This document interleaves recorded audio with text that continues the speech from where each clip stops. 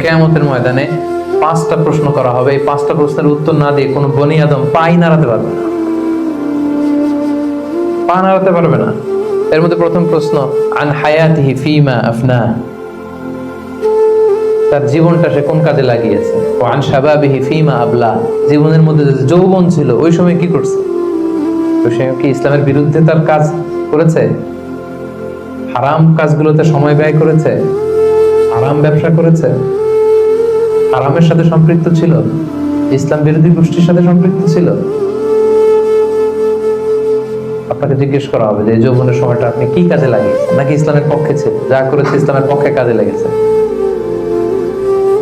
সম্পদ কোত্থেকে উপার্জন করেছে, কোথায় ব্যয় করেছে, যতটুকু জেনেছে ততটুকু মেনেছে কিনা। এই 5টা প্রশ্নের উত্তর দেওয়ার আগে বনি আদম কিয়ামতের ময়দানে পাই নাড়াতে পারবে না।